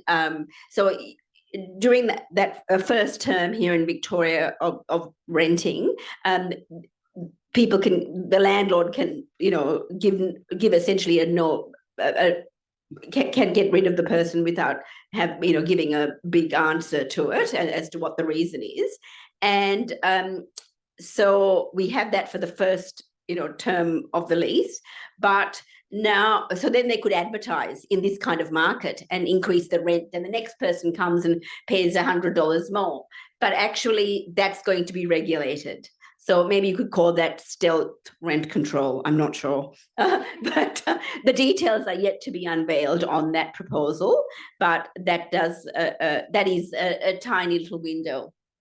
Yeah, at least to limit outrageous exploitation because of loopholes that are available. Well, I think it's now time for Michelle's question. I'm sure there are other questions there, so please put your hand up. But Michelle has had a hand up a little bit. Thank you. I'll stand. It's a Pavlovian response. So that people can hear me. Thank you very much. Here comes Professor Socialist Grossman. So some of my hysteria has abated now, particularly having listened to remarks from Farah and also from Robin. But my question to the panel is this. So, and let me just put Michelle, 1 second, we'll get a microphone just so that we've got it recorded properly. Good. Thank you very much. So my question is this. All of you have agreed that supply, and actually, let me just put this into perspective first. When I moved here, generations of renters in New York City never thought I would own my own home, came to Australia, went, oh my God, I can afford a house. In the 30 years since I bought my one and only home, my income has gone up 4 times. The price of my house has gone up 10. Right? So something's happened in that 30 years. And you can see by those figures that widening inequality, which takes me to my question. You've all talked about the need to increase supply. My question to you is, what is the point of increasing supply without market regulation? Because increasing supply in a completely free market economy approach to housing, which is exactly what we've had, I can't see, but tell me if I'm wrong, where the benefits are, other than to developers who have had so many free passes that they might as well own the MCG by now, and without the kind of without some tax disincentives to avoid the kind of exploitation of the housing market as an asset, as Farah was saying. So I'm struggling with the idea that the increase of supply alone, which assumes market regulation and a depression in house prices, when actually in previous periods over the last 30 years, we haven't seen that happen at all. So I'd welcome your comments. Whoever. Thank you. Just quickly in response, I think all of this is coming. It's inevitable, in my view, that there will be huge political pressure to introduce the reforms to, what's going to happen about people who can't buy. It's what I was saying, the generation next is chasing the tail end of the baby boomers disappearing Great Australian Dream. So people are really just, increasingly understanding it, and they're wanting to say, well, what do we do next? So I think this will be a red button federal election issue. Can I just say that there are women in their 50s and 60s who are also part of the homeless generation who have no housing. It's not just, it is young people, but it's not just young people. Absolutely agree. And it's one of the worst inequalities, that women who've taken care of their children, raised their families, didn't get the super that other people did, and now find themselves either homeless or in a position where they are struggling. And that is a compelling issue that I think will force change. It's already factored into some of the social housing. There is a requirement and funding directly for that, but I think a lot more needs to be done. It's just a tragic consequence. Okay. I think there is a series of market distortions, is how I describe it, and particularly around that affect supply. So that's, I'm not Milton Friedman, believe me, but if you increase supply, you tend to decrease price. But I think there's been a couple of factors that have structurally increased prices. I mean, there's a scarcity issue. So land, if you're having increasing population, the relative scarcity of land will lead to its relative increasing costs. But we've had both. We've had the relative scarcity issue. We've had a structural decline in interest rates over time, even though they're higher now, but they're actually structurally been going down, and they're baked into people's expectations about the future. So even though they're higher now, the expectation is they'll be lower than they were 30 years ago or 40 years ago.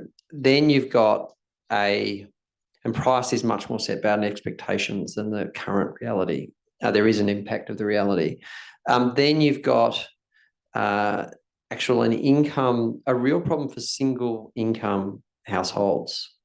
And this is a wicked problem because with the growth of double income households, which has been one of the great stories of the liberation of women from previous, economic oppression, if we're putting it frankly, it means that single income households wanting to buy into the housing market are at a relative. Now that's been put by some Plato conservative commentators an argument against the emancipation of women economically, but I wouldn't for a million years agree with that argument. But we have to think about what it means in an environment where you've got lots of double income households. How do you house people who are single income in that scenario? And that's a structural change because the changes in the price of housing for household income are actually much less than individual income because you had this structural change in the society. And I think the structural change is a really good thing about women moving into the workforce, but it does raise issues around housing that we have to confront as a society. And then you've got, I'd take a slightly different view in that housing is essentially owned in a disparate way in Australia. We don't have institutional investment in housing, unlike around most other societies in the world, due to tax reasons. I think that's actually part of the problem, but leave that aside for a moment. So the people who are the losers, and this is the wicked political problem from lowering house prices, are the majority of Australians who own houses. Now, I think that's been the wicked. I think that the balance of what the problem is shifted to the point where people will take action to increase supply. But I think if we're being honest about the problem of why people haven't acted to effectively reduce the real cost of housing, it's not so much the role of corporate institutional interests, it's the role of mum and dads owning homes, relative and the disparate and the age. So it's not we don't have an institutional investor class in the housing market. Actually, hence why we don't have long-term leasing, but it's a whole other discussion. So I'll leave it at that. Can I add, we've had that phrase mum and dad investors and mum and dad figures used, but actually I protest as a representative of Tenants Victoria. The term mum and dad sort of gives a very homespun sort of vision of these people, these rental providers, landlords. They are, so I think, and it's a fuzzy term. Actually, they are rental providers. And I think we should eliminate from our lexicon the terminology of mum and dad investors. They're investors and they have, there is actually more consumer protection if you buy a faulty lettuce from the supermarket than many people find when they rent a home. The issues we here at Tenants Victoria, despite many plumbing and non-working ovens, they're urgent repairs, but renters find it very hard, despite the fact that they do have rental rights, to get these issues resolved. Similarly, rent increases. Mold is a huge issue. We recently launched a mold report, and involving just a snapshot of 100 renting households, and 3 or 4 of those households disclosed they'd had to flee their homes because of the pungency of the mold. So I'm just saying let's just deal with that mum and dad investor point here and then. I as a representative of Tenants Victoria, I've already said we support the idea of some modest regulation, intervention, market intervention, and not rent freezes, because I think we're not economists at Tenants Victoria, but some people, the conventional economists argue that there are perverse outcomes and such. I'm not going to, prosecute that with the former finance minister, but nonetheless, I think it makes sense. It's logical to have some kind of, in a rental crisis, some kind of interventions. And similarly, I just think it's really interesting, a little stat that was released as part of the Victorian government's rental inquiry. I earlier mentioned that about 32% of people owned their homes outright in Victoria, and it's really interesting. In 1994 to 95, over 40% of Victorians owned a home outright. So we're seeing some, big shifts. And I do acknowledge your point that it's not just that generation rent bulged, the younger people. There are inequality runs right through the demographics. And, Tenants Victoria, we deal with over 10,000 rental matters a year and deal with over 8,000 people. But we're just a thin edge of the wedge. May I just make the self-serving point that tenancy support services, helping people avoid eviction like Tenants Victoria, reflective of the discourse, are severely underfunded and have been for a very long time. There's an inadequate recognition that these services offer very vital protections. So, that's also a really important thing to consider, because as more of us rent, more of us will need the support of organisations like Tenants Victoria. It's not just about building houses, it's and bringing on the supply, which is obviously key, but there are many other mechanisms that are needed. Thank you. Thanks. Good point. A question over here. Yeah. I'll do you first, and then maybe we'll perhaps let me get a microphone first of all, and perhaps we'll take a few questions together, since we're running down the clock and we don't have time to get them all properly discussed. So I'll take the next three. So your question first, and then yours. So your point about what's going on in Vienna is a good point. I lived in Vienna for a while, and yes, I saw the benefits of that, and I saw the benefits of that actually spill out into the community, because the people who were benefits of that rental inheritance system were able to contribute to the culture of Vienna in a really vital way.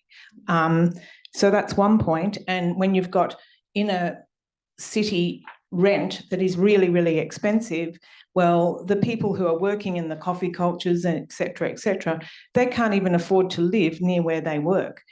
Problem. Also with public housing, we really need to look at the eligibility of public housing, because actually there's a really big divide there too, because for example, to be eligible, you have to have you can only have $10,000 in the bank. I know this, I am a member of Hague, and this is a fact. You have to have 10,000 in the bank to be eligible. There are a lot of women, as this lady said, and I could be one of them too, who are in that 55-year-old and over age group, who have got some assets, but they've certainly got more than 10,000, but they are excluded from public housing. Also, I was amazed. I went to one meeting there, and 50% of the women that were at that meeting were over 55, and guess where they worked? They had, during their time, worked for NGOs. One in Africa, myself with Aboriginal people here, and another one in India. Now, the eligibility should be looked at in social, cultural contexts, because those women who have contributed and not got massive incomes from what they've done, and also women that have been carers, are now finding themselves homeless. And this is a disgrace, and it's a reflection of capitalism.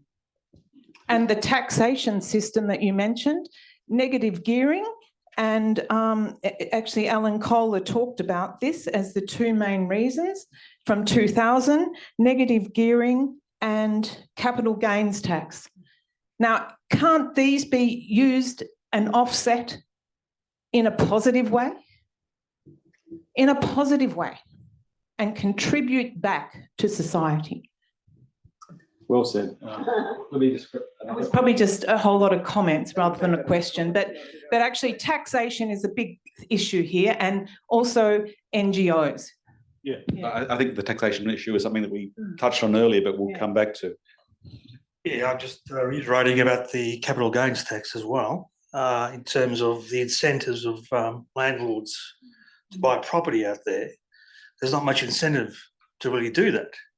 So I think there needs to be a tax break on those sort of aspects where more people are encouraged to do that.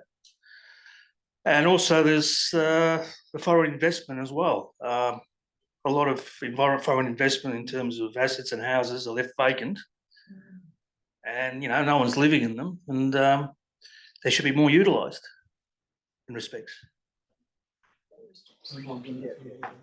One more question, Robin. Thank you.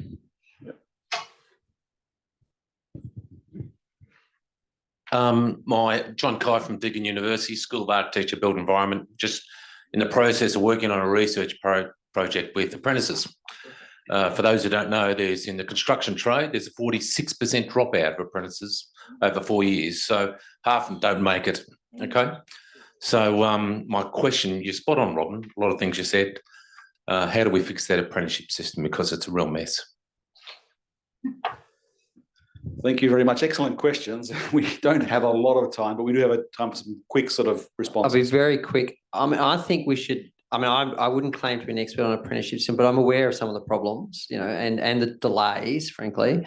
I think we just have to look at international best practice, and be humble, and be humble at looking at what the best practice around the world are in terms of training of apprentices, what are skilled labour, but how do you do it? And we have too often, if it's not in the Anglo-Sphere, it doesn't exist in terms of training, and so we just ignore systems. So I think my quick response would be humble enough to quickly look around the world and look what works and see what can be adopted. Can I just address the point around women? I think, you're quite right. And I just want to share a little story that came to me recently. A woman in her mid-50s in regional Victoria had taken on some caring responsibilities, had worked, had always been a renter, really good rental history, had worked, was a veterinary nurse, and but had good savings as well and was between jobs, but that wasn't the issue.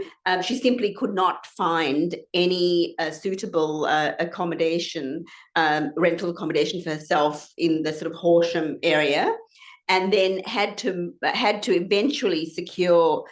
She was in sort of interim sort of housing, emergency housing. She was desperate. She had to seek help from an NGO, and then in the end had to move 2 hours away. And she was feeling very, very nervous because she had to move into a share house at her age, and with a man she didn't know, and she was worried about her safety and such, but that was her situation. So, I do recall the former Reserve Bank governor saying that more people needed to move into share houses because one of the functions of the pandemic was that people wanting to live more by themselves and, break up those sort of multi-share homes, etc. But, in part, people also, we need to sort of consider people's preferences and lifestyle sort of circumstances and such. And so, the current systems are not permitting that.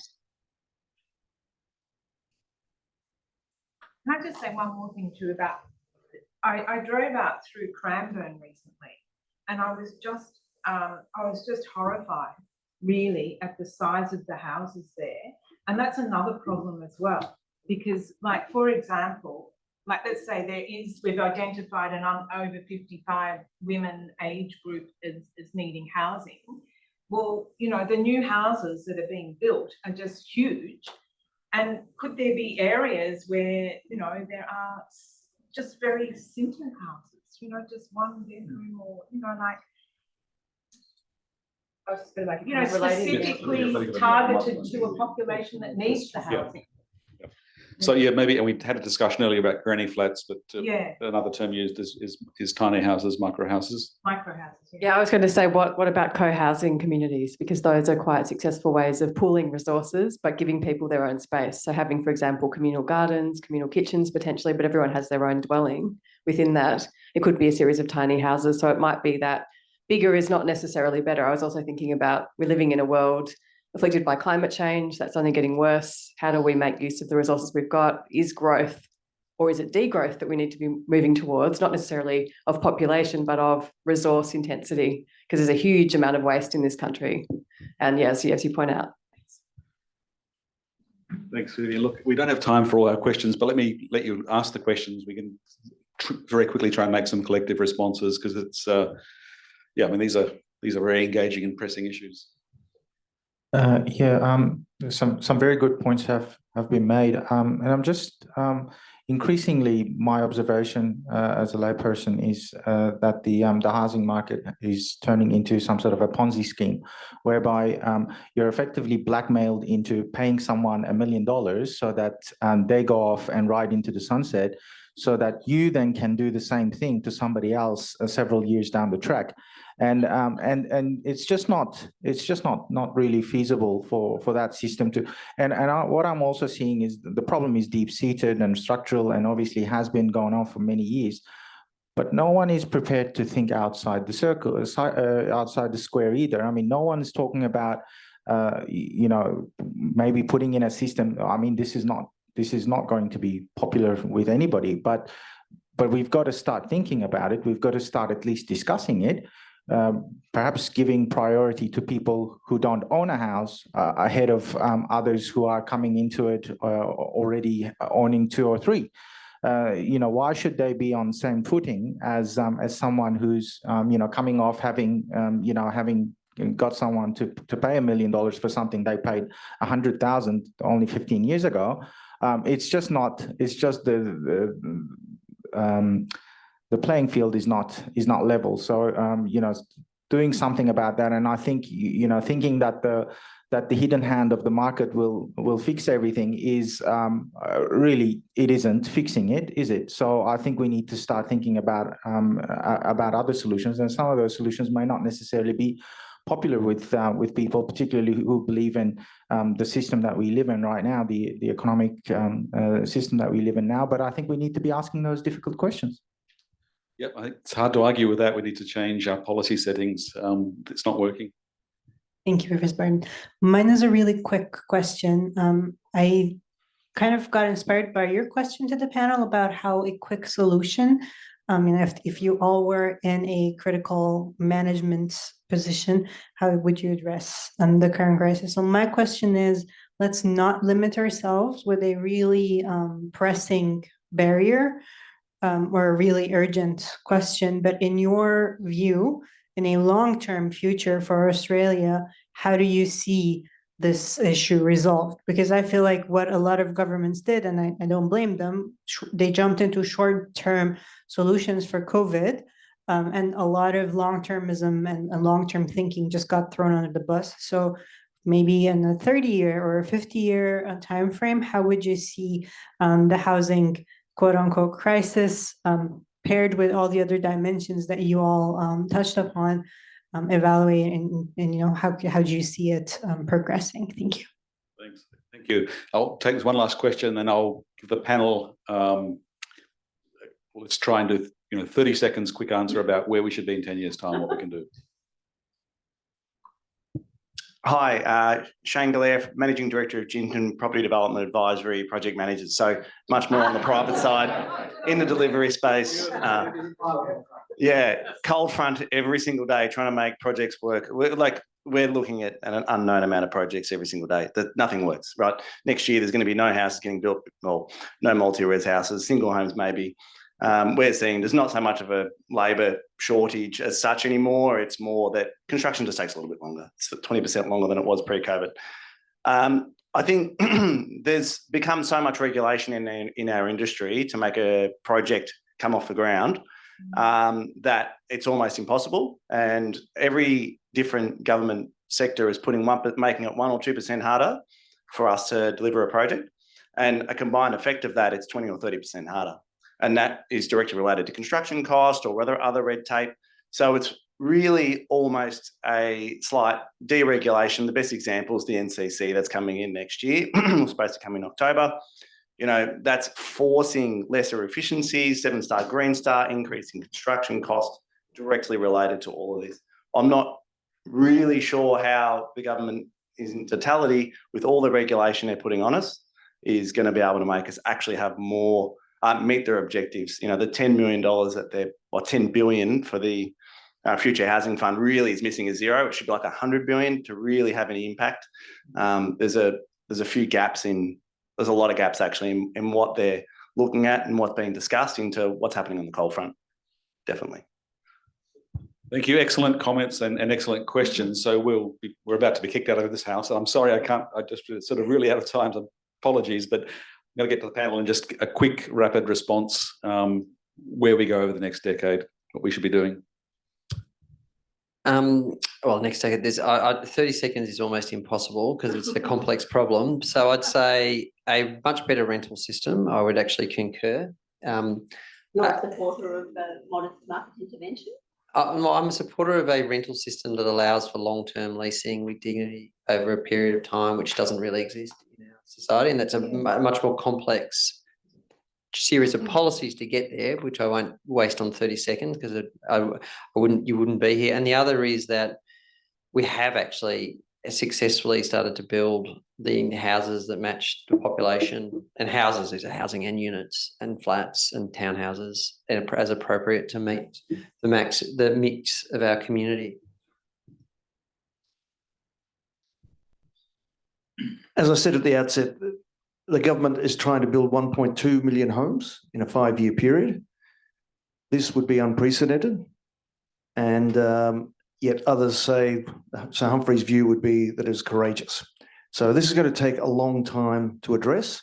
I think the whole range of different views was really excellent to get and to note. And it'll now become a priority on the list for the next election on who can actually address this. There's intergenerational inequality. There's inequality for women who have done everything right in their life and now find, they're almost homeless or they are homeless. How do we increase supply? We need a whole palette of these different propositions. One of the things that was mentioned about Cranbourne, so let's stop putting people isolated and marginalised at the end of the line, So some of the good strategies that are being put into place is medium density near railway stations. So tick, that's going to be positive. Get the value from that. Get the, as I say, medium density. You're going to have a mix of some high rise as well. But I think that collaboration and that connection to, I guess, the European model will become more prevalent.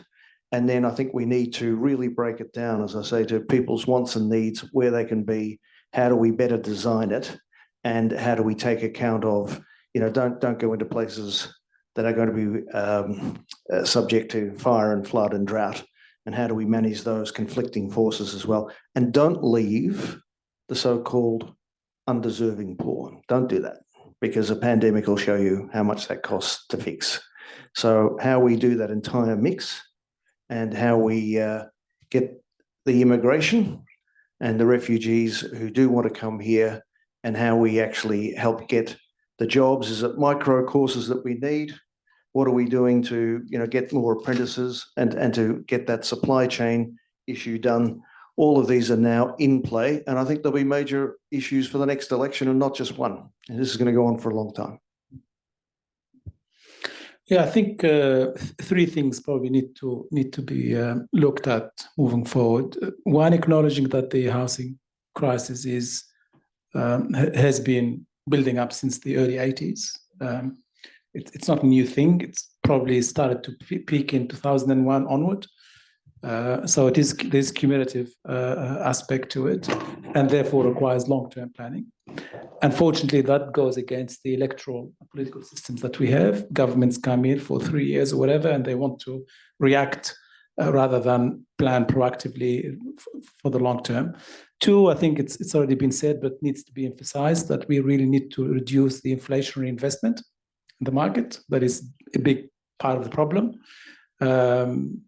And three, even if they were to build 1.1 million dwelling, they will still come up short, Frank, because in 2021, the gap was 1.3 million units in the housing market. Now it's probably 1.5. So 1.1 would still be about 400,000 dwellings short of what the market needs. So it shows you the extent of the challenge that is facing us. But I want to finish up on something perhaps a little bit more challenging, which is I've just recently came back from some fieldwork trips to Northern America and Europe, Canada, France in particular. And it never ceases to amaze me that in those jurisdictions, Europe in particular, the notion of owning a house is not as romantic as it is here.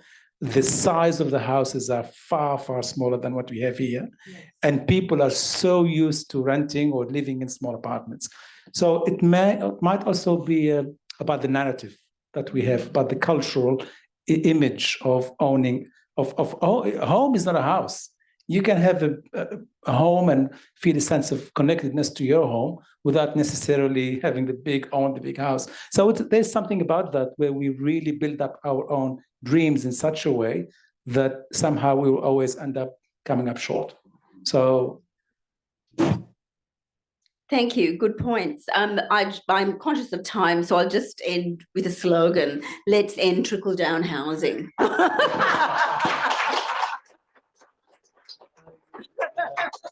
For renters and otherwise. Thank you. Yeah. Thank you. Thank you, Farah. I mean, you can see we can go on for another hour very comfortably, but they'll kick us out of this house. So we have to finish here, but I really thank you for coming at this late end of the year. It's a lot to ask. It's a very, I can see you're passionately engaged, and that's really important. We will come back to this issue and these issues, I should say, because there's more than one, next year in some form with other public policy forums, possibly on migration, certainly something around this space on the housing crisis, because that's not going away. We don't have a singular answer, but at least we have a better sense now of some of the things we need to be focusing on and some of the things that we can do. I think for the education sector, there's a big challenge in terms of how we can more quickly get skilled people up and recognise the skills they already have so that they can make a practical contribution to solving this problem. Thank you very much.